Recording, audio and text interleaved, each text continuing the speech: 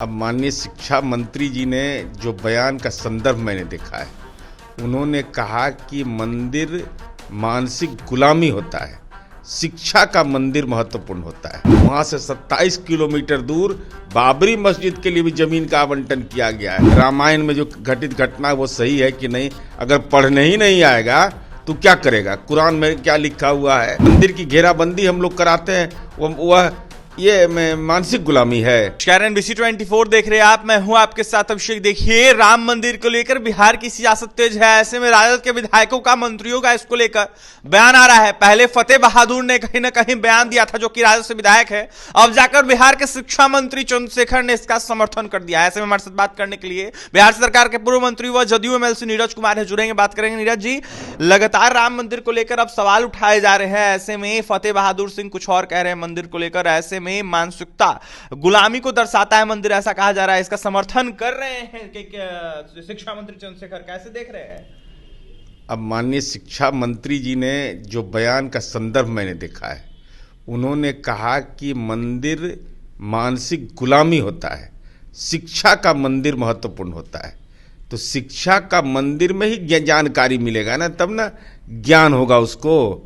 तो ज्ञान होगा तो उसको समझ में आएगा कि रामायण में जो घटित घटना है वो सही है कि नहीं। अगर पढ़ने ही नहीं आएगा तो क्या करेगा? कुरान में क्या लिखा हुआ है, गुरु ग्रंथ साहिब में क्या लिखा हुआ है, इसका कोई औचित्य नहीं है। और भगवान राम के रामलला की मूर्ति की जो प्राण प्रतिष्ठा हो रही है, माननीय सर्वोच्च न्यायालय के निर्देश पर हो रही है। वहां से 27 किलोमीटर दूर बाबरी मस्जिद के लिए भी जमीन का आवंटन किया गया है। इस देश के अंदर संविधान है, और संविधान जो कहता है सब धर्मों का सम्मान। और भाई अभी कैबिनेट ने स्वीकृति प्रदान किया, जिसको आप मानसिक गुलामी कह रहे हैं, तो वह मानसिक गुलामी में बन रहा का प्रतीक बन रहा है। सीतामढ़ी के पुनौरा धाम में मंदिर की घेराबंदी हम लोग कराते हैं, वह ये मानसिक गुलामी है। मंदिर के जीर्णोद्धार के लिए हम पैसा देते हैं, वो मानसिक गुलामी है। ये सब बयान बेतुका बयान है, इसका बयान का कोई औचित्य नहीं। राम मंदिर का श्रेय आप बोल रहे हैं कि कोर्ट को जाता है। ऐसे में नरेंद्र मोदी को श्रेय दिया जा रहा है बीजेपी के नेताओं के द्वारा। वो तो अलग विषय हुआ, अपना श्रेय देते रहे, लेकिन वस्तुगत सच्चाई यही है ना कि माननीय सर्वोच्च न्यायालय के निर्देश पर हुआ। नहीं तो अब तक क्यों नहीं बना? भाई इस देश के अंदर न्यायपालिका है, ये हमेशा एहसास करना चाहिए। और उसी नरेंद्र मोदी की सरकार ने, बीजेपी की सरकार ने को बाबरी मस्जिद के लिए भी जमीन देना पड़ा। इसका मतलब कानून सबसे बड़ा चीज है, कानून से ऊपर कुछ भी नहीं।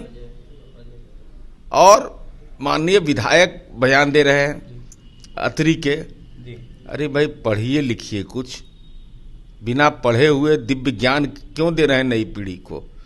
मर्यादा पुरुषोत्तम राम जो वनवास गए, वह एक ऐसी परिघटना है कि लोग इससे प्रेरणा लेते हैं, लोग सीखते हैं कि त्याग किसको कहते हैं, समर्पण किसको कहते हैं। और नई पीढ़ी को ज्ञान मिलता है तो नई पीढ़ी उससे आलोकित होती है। ऐतिहासिक जो हमारे ग्रंथ हैं, उनमें घटित घटनाओं का वैज्ञानिक विश्लेषण कर करके नई पीढ़ी उससे अनुप्राणित होती है। इसलिए बयान, और आपके क्षेत्र में तो बहुत सारा वैष्णव संप्रदाय का मठ है, तो मत जाइएगा वहाँ। ठकुरबाड़ी है, मत जाइएगा वहाँ, कोई जाने की जरूरत नहीं है। इस ढंग का बयान केवल उन्मादियों को सहायता देने वाला है। देखिए, जिस तरीके से राजद के विधायकों का, नेताओं का बयान आ रहा है, सिर्फ और सिर्फ कहीं ना कहीं उन्मादियों को बढ़ावा देने का काम किया जा रहा है। ये बिल्कुल सही नहीं है।